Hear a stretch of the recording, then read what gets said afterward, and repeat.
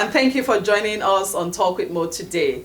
It's another exciting episode about trailblazers, which is what we're doing for season 3. If you're joining us for this first time, thank you for joining us, and please go ahead and click on that subscription button, because we keep bringing you these exciting episodes and exciting content that you really do not want to miss. With me on the studio today is a trailblazer that I know you will fall in love with real soon. Please join me as I welcome Oluwafikunayomi Aderoju, but he's popularly known as Fikayo Aderoju. Hello Fikayo, welcome to Talk with Mo. Thank you for having me, truly. And you said my name perfectly, Oluwafikunayomi. That's the way my mom calls me. That's the way your mom calls you. I'm glad. What a privilege it is to be able to have you here in the studios and actually call you the way your mom calls you. Say hello to your mom for me. I will. I definitely will. Thank you for having me. I love the setup. I have to tell y'all watching. Like, this setup is amazing. Once I walked in, it's bright and lovely. Truly, I really do like the setup. I'm glad you approve. Thank you. So, well, you are a Gen Z. Yes. That is what they call you. And we're just chatting before we started recording. They already know you're Fikayo, but what makes you a trailblazer? Let's start us from there. Mm-hmm. You've done a lot. Mm-hmm. Why do you think people are calling you and tagging you with that name? What are those achievements that you want to share with our audience today? So, the first thing I would actually like to say is I love Jesus. That's the first thing. And, even when I was coming down from the stairs, right, God reminded me that the only reason why you have all this achievement is because of Jesus, right? So that's the first thing I want to get out of the way first, that all the accolades and all the awards, Jesus gave it to me, right? And one thing I know is that to the glory of God, won Youth Champion Award, right? Earlier this month, February 3rd, right, from Black Mentorship Inc.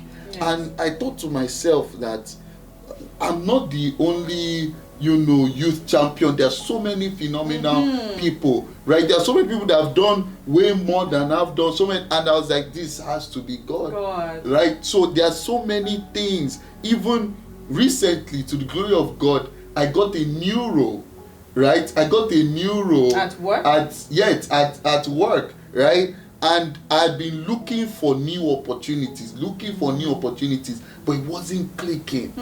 And God finally made it click in His own time, and He showed me, you see, it's me that is doing this. It's not because I tried, I connected, application, interview, I thought I knew people, nothing worked. Until I just relaxed, and I was just like, God, whether you do it or not, I'm here. Whether that Don't See song, I'll be here worshiping all the days. Yes. So, like, whether you do it or not, I'm here. I'm still here. And I was like, okay, fine. And God just did it in His own way. And that's one of the things that really drew me to you. Every time I look at your post on LinkedIn, it always starts with a preface of, to the glory of God, I have. Every time it's to the glory of God, and that's so different from people of your generation. Do you ever feel like out of the clique, or do you ever feel awkward by being this God person, a champion for Jesus? Do you ever feel awkward? So I will say I do not. Here's why. Because the results they show. The result, with a prayer and they show. Do you get what I said? With a prayer and they show. So I'm getting an award, and I'm telling you, the person that gave me this award is God, right? Because you that you are saying there is no God, you don't have the award. Do you get what I'm saying? You don't have the same results, right? So I'm showing you that where it comes from is not me that brought it. It's not because of my own power, ability, right? I have to give glory to God, the one that is giving me the opportunities, the one that even being here today, there are so many phenomenal young people that are doing amazing things that you could have brought on, but you chose to invite me, and I appreciate that, and I give glory to God for such an opportunity. So that's what I know, that every single thing, and it was this job that really, like, because I tried everything and I came to the end of myself. I'm not just telling you stories, I'm telling you real life experience that I thought I knew people. What role was this job that really treated you? So it was a project manager role, right? In IT. Yeah. So I'm in IT, right? I work in tech, and it was a project manager role, and I was just trying. You know, when you are just trying a door, like open, and you thought, like, because when I came out of uni, I had 7 job offers, to the glory of God. So I used to help people get job opportunities, like. And then suddenly I was like, like, I was like, what's going on? How can this be, right? And I believe that it was just God showing me that He is the captain. He's the one running the whole thing. It's not me. It's not right? So it really humbled me. Wonderful. So, and that's interesting that you say it humbled you. So we're talking about Gen Zs just before we began this recording. Now, when I look at Gen Zs, they talk about a lot of issues facing them. I was speaking with a young lady recently, and I said, what are the issues facing Gen Z? She said the first is relationship. Can't find the kind of relationships that maybe your faith or your Christian parents will approve of. That's one. And then it causes anxiety and depression and all of that. But she mentioned that Gen Zs were facing, or immigrant Gen Zs or immigrant children were facing a lot of depression, mental health issues, because of the parental expectation syndrome. Meaning parents are immigrants, they come, they work hard, they're successful, and they expect the children to toe their line. And so when children don't do the same, the children think they've, failed. And that is causing the children thinks they failed the parents. Yes, the children think they failed the parents. Yeah, and so it's causing these children a lot of anxiety. And when I explained that to you, you had a theory. So take me there. Yeah. Let's go. What I was saying is that I'm a first generation immigrant, and you are a first generation immigrant, so I can relate more to your experiences than a second generation immigrant, right? Which are the children of which are the children. So you came, you probably didn't know anyone, or maybe you knew a few people, and you were just trying to figure it out, and you knew, I cannot fail, I have to make it. So that's me. I'm like, I can't fail. Like, there's no option of failure. There's no option. There's no, what if? There's no what if. You are making it, period. Like, if there's no way, you find a way. But it's interesting, Fikayo. There are lots of students. You came in as an international student. And at what age did you come in? I came in to Canada 16. At the age of 16. So at the age of 16, you came to Canada by yourself. My dad came with me and dropped me off. And dropped you off by yourself. You stayed here at school. Other students come the same way, and they're not as successful or grounded as you are. What's the difference? So my dad came and handed me over to a church. Right, so he had known the pastors of the church. I think since they were very young, so they had come here. The church had recently started, maybe 2 years or something, and he handed me over to the pastors of the church, and I still go to the church till today. Right, so I grew up there pretty much. So if I'm not in church, they will call me. Where are you? Why didn't we see you? So I was all like, so that I would say made a huge difference.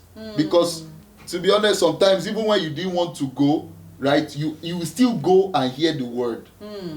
Because you know they'll look out for you. Because you know they'll look out for you. So it's like, might as well just go.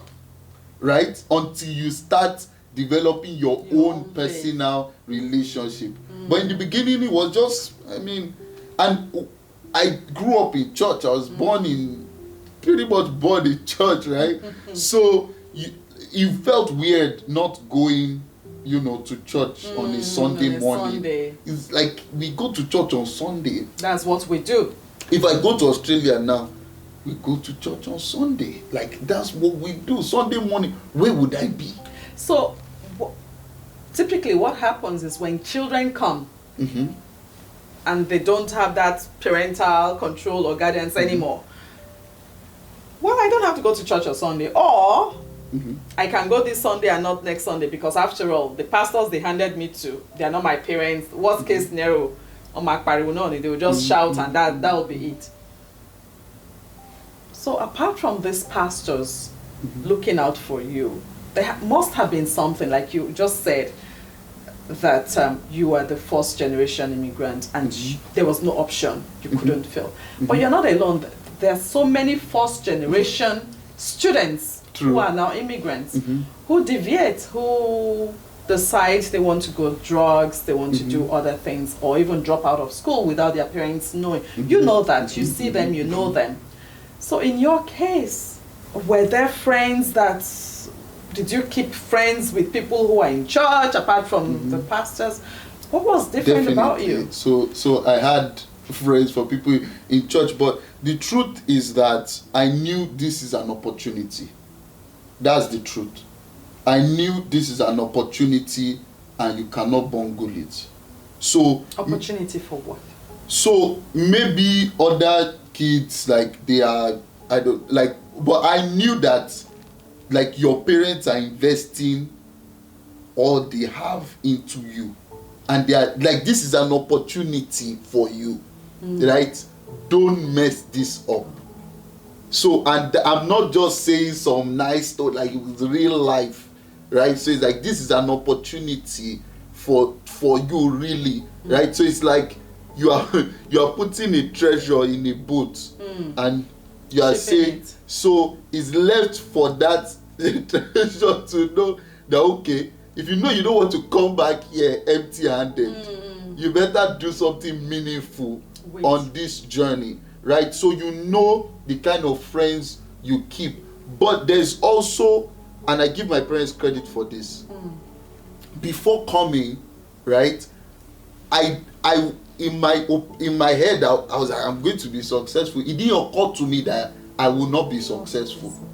I'm telling you, it did not occur to me that I cannot be successful, because my dad is into real estate, so he would always show me architects, lawyers, always I barely saw anybody that was not successful, honestly. So that was back home? Yeah, back home. So I saw people with large houses, amazing. So it never occurred. I was like, this, like, duh, like, this, it did occur to me. So that really shaped me when I was younger. So when I came here, I was like, I'm going to be so, all this, you face struggles, or I was like, that if it occurred to other people, it doesn't apply to me. To you. Because I was like, I've seen really successful people. And you can be successful. Why can't I be? Like, why? So, and the more I have conversations with people here, when I was growing up, I realized people have a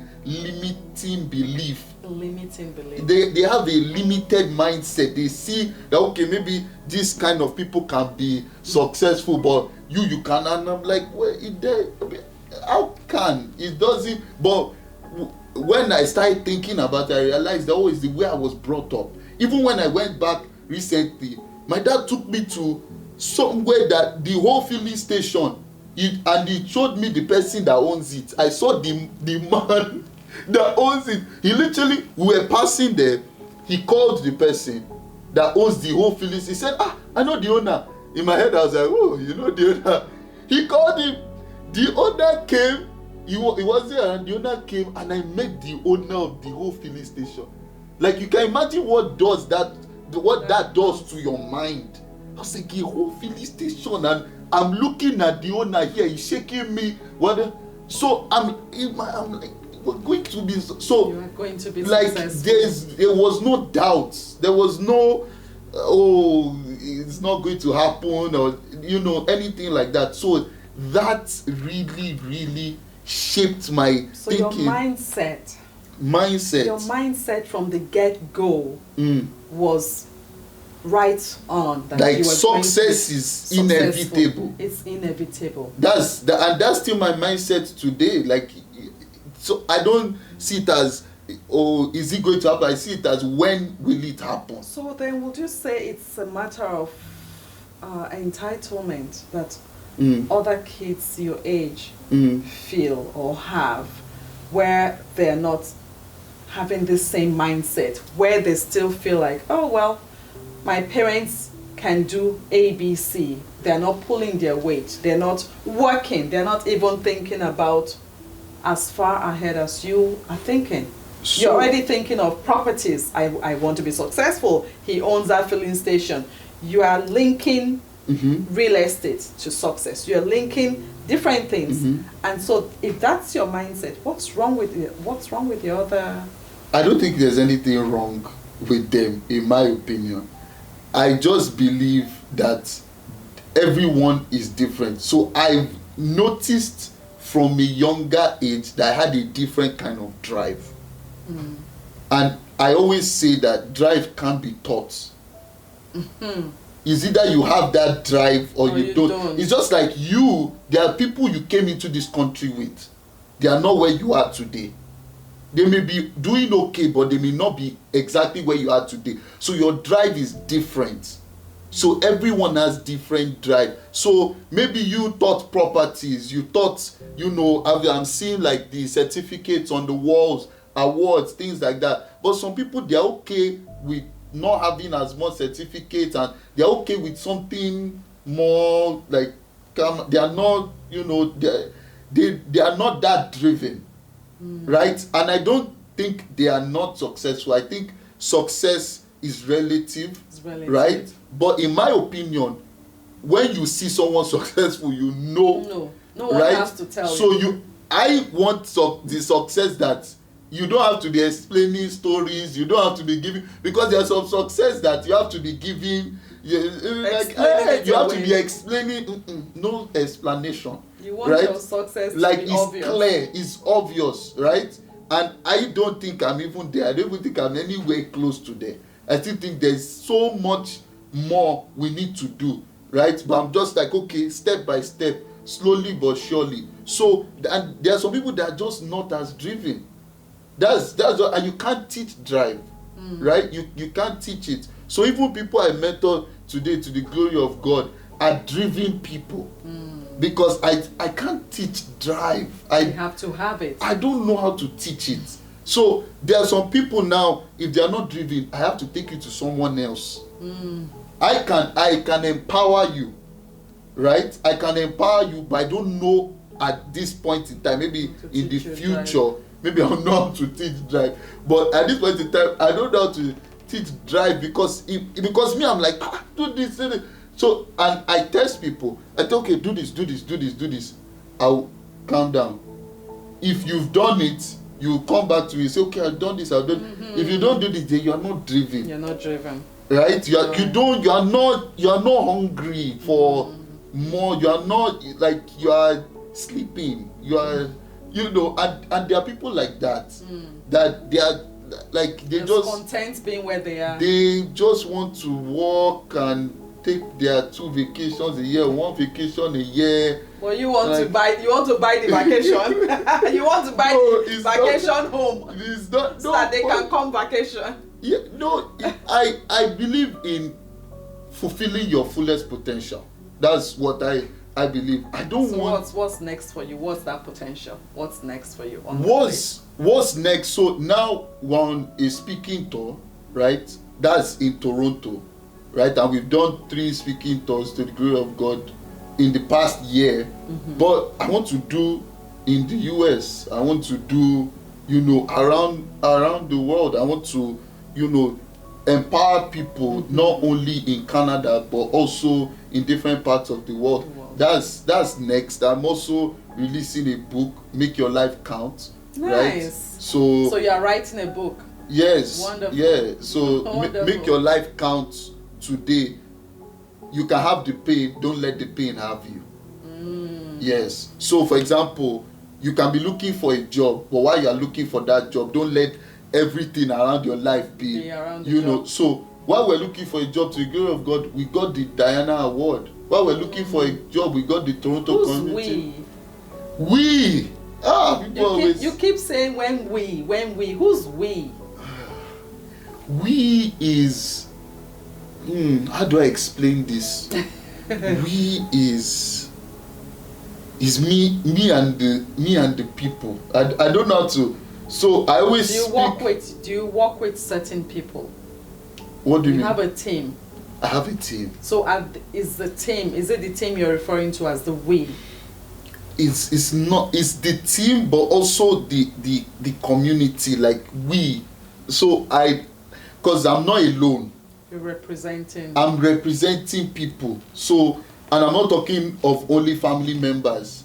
You know, I see myself as a young leader, so I'm representing your community, like my community. So I'm saying we, like as I'm representing. So when us. you get an award, for example, you say we got the award. We got it. So you got because it. I did. It's not only me that. Not your efforts that no, got that. it's not. That's admirable that you'll say that. So what is this community? What do you do for the community? What role do you play? Are you like the president? Are you like the founder? What's the name? Does it have a name? So the community is called Project Impacting Lives. Okay. So what we do is we distribute care packages to people facing homelessness in Ontario, and we want to go all across Canada. So we started in 2019 with 20 of the care packages. Started on my 20th birthday, right? And this year, to the glory of God, it's going to be 5 years old, right? So this Friday, actually. Nice. Yeah, so it's going to be 5 years old. PIL is going to be 5, and we have grown from pretty much me and my friends.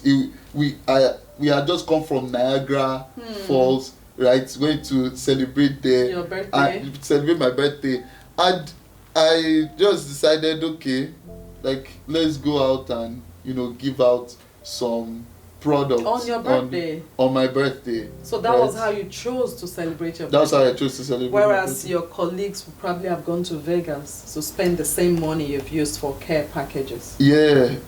But God gave me the idea for sure. But I had done the birthdays. I had done the birthday parties. You're just what? 24, 25? Yeah. And you say you've done the birthday parties. But it loses its... It's the focus that you have. It's the vision, isn't it? That's driving you. It loses... It's not about the parties anymore. It's not as fulfilling, to be honest. I was telling my mom before I came that on my 24th, we distributed stuff to Mushi Foundation, right? Like rice and things like that. Yeah, you were recently in Nigeria. Yeah, no, but not when I was in Nigeria. This was on my 24th. I sent the funds when I was here to the foundation, and they did it because I was here. But on my birthday, I always want to do something meaningful more than parties. So I will still have like the parties. I will still celebrate my birthday, right? And it doesn't have to be on the day of, it can be on a different day to celebrate with your friends. I don't oppose that at all. But something that 20 years from now, you are like, we made the difference in someone's life. So even this Friday, we will be going to a homeless shelter with people on the team, and we'll be giving them products, and we'll be spending time with African refugees and just having a good time playing games, and like that kind of thing is great. It's nice. I like it. It's far-reaching. It's really nice, and you do it with your friends. I believe in making an impact with your friends as opposed to doing it alone. In silos. No, I don't really like making an impact alone. Do it with your friends. Have fun while doing it. So that's wonderful. So, well, you were just a student. Now you're working. Are you dating? no. No, When is that coming up? When is that coming up? I do not know. I do not know. What, apart from philanthropy, apart from work, what else do you do? What takes your time? And church, I'm sure. What else yes. do you do? So I run, to the glory of God, UBAN, York University Black Alumni Network, right? So that takes my time. I'm the executive chairman of that network, and we have to pretty much empower the alumni, right? And we have 3 different initiatives for this year, right? So this is Black History Month, right, in February, but we are choosing to have our own celebration in March because we want to show that it's not only in February that individuals that are black celebrate black, that it should be celebrated, right? So we should be celebrated every month, every day. Every day. So March we are going to celebrate. We also have Black Grad Celebration, right? So that is going to be in June when they graduate, right? Black graduates from York. We celebrate them, and we're looking to have a career fair as well in October. Nice. My life entails lots of meetings, to be honest, like lots of meetings, different organizations, things like that. So yeah, and literally one of my guys was telling me you're always on calls, and I was like, I guess that's the life I signed up for at this point in time, right? At this point in time, and I believe in maximizing your youth, right? And while you are young, like make sure you maximize your youth, right? Absolutely. So I noticed that you came in an Uber earlier on, and I was, we had this chat about you coming in here, and and I was wondering, why don't you have a car? Many people who are not as successful as you are, they go and they get themselves huge luxurious car. What's happening right there? What's going on with that? So I'll actually tell you 2 things. First thing is, if I'm being honest with myself, I don't need one, right? I want one, right? And I have to be honest with myself, and I tell my guys this all the time. When they tell me they want to get cars, I ask them, do you need one? If you live in Toronto, right? You don't need one. You don't need one. You want one. And it's not bad to want one. But when you are going to buy that car, let it be. Let it be known that you do not need it. Because I would, grill them, and I'll say, okay, you work from home, where are you going? If you need to go to the grocery store, if you need to go for an event, you can take an Uber. That's going to save you way more money than getting a car. Now, a lot of people get cars to get girls, to be honest. And that's not your priority, right? So, and I'm not knocking anyone for getting a car. I don't think it's a bad thing to get a car. It's a good thing to get a car.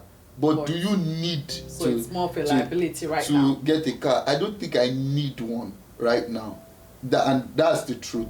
Now, the second thing is, in Nigeria, right, I barely walked. I was always in the car. There's a driver, right? When I came back and I entered bus, I cannot lie. I was like, Fikayo, are you... You entered bus where? Here? Yeah, I entered bus here. I was like, I should get a car now. And I had to quickly, call myself, like, Fikayo, are you sure it's not your ego speaking now? Right? So if I want to feed my ego, I can get a car. Because it's more if I come in here in a BMW or in a Benz, you're like, yes, big boy of Toronto has arrived. It feeds my ego, and that's the truth. But do I need it? I don't really need it. So you had to ask yourself this question. I have to, and I ask my guys the question as well. Like, do you need it? Right? And they give all sort of reasons. But at the end of it, do you actually need it? You don't really need it. That's the truth. I think you're just a different breed, Fikayo. So I think I'm going to ask you this one last question. If they're Gen Zs, your friends, your mates out there watching, what single piece of advice would you want to leave them with?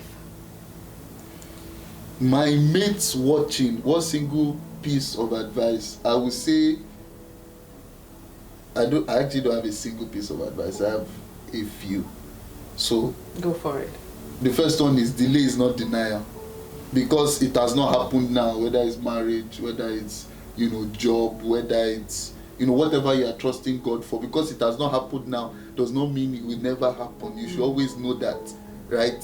The second thing I would say is trust in the Lord with all your heart and lean not on your own understanding. So trust in the Lord with every single thing in you, right? Just reckless abandon, like just really trust God, right? And look unto Jesus, the author and finisher of our faith. Like actually focus on Him, right? And He will take care of every single thing. That's what has been my own that I've noticed in my own life. The last thing I'll say is comfort is the enemy of achievement. Comfort is the enemy of achievement. Unpack that. So if you know, I'll give this analogy. A lion, for example, when they are out hunting, they are active. Now the best time to get a lion is after it has eaten, because it's filled up. So if you come out and you want to kill it or anything like that, it can't move as freely because it's filled up, it's in its comfort zone, right? It can't be agile. As agile, right? So comfort is the enemy of achievement. Most of my awards, they are packed up. I can't see them. Yes, my awards, I gave it to my parents. All the awards I won last year, they are with my parents. They are not with me. They are not with you here. I don't want to see them. What am I seeing them for? Because if you see them, you will just be, I've achieved so much. To be honest, I can't remember most of. I can remember Diana Award. I can remember a few, but I can't remember all of them. Right? So I actually need to go and write them because it makes you go, wow, I've achieved so much. And the one I won in February, it's packed up. It's not on a table, it's in the case somewhere. Because I don't want to be seeing it too much. Of course, you have to go, okay, you've done well for yourself, you are doing well, but you don't want to be too comfortable. Stuck there. Right? Because you are not going to, because the truth is there's someone else, there are other people that they are coming, right? There are other people that they want what you have now, right? So you have to always know that, okay, like there is more. So you keep going. There is more. You keep raising the bar. You have to keep raising the bar. And even if you are the one leading the pack, you rewrite the whole script. Rewrite the whole, like just tear the whole this thing and rewrite the whole start over. The whole script. Like, so like you say in Bolt, for example, he set the record. He breaks the record. And he breaks his own record. Michael Jordan, they set the record, they break it. Right? So record breaking, trailblazing, like you just rewrite the whole thing. And don't look at, comparison is the thief of joy. Don't look at other people. The scripture says if you compare yourself, you are unwise, right? So don't even look, because I know my generation and I do it as well, right? We are looking at what's this person doing, no, there's no point. There's 0 point, right? There's 0 point. So like just keep on doing your own thing, right? And doing it to the best of your ability. That's the most important thing, doing it to the best of your ability. So I want to do Fikayo in the way Fikayo can do it, the best way. So I'm not even looking at what other people are doing, right? That's the most important thing. Wow, Well said. Thank you, Fikayo. Thank you. It's been a blessing having you here, and I'm sure everyone watching has enjoyed listening to you. And yeah, I'm sure they wouldn't mind us to continue, but we have to go and then get you back here again soon. Thank you for those words of wisdom, and we just want to pray for you that you will continue to achieve more. As you go and come, your ways will be blessed, and God will continue to favor you. Congratulations on your new role. Thank you. Yeah, we know that God who opened that door will open more, bigger doors, and just continue to mentor people and continue to share your faith like you do. So we're so proud of you, and thank you once again. So on that note, take good care of yourself and catch you later. God bless you now. Bye. Bye.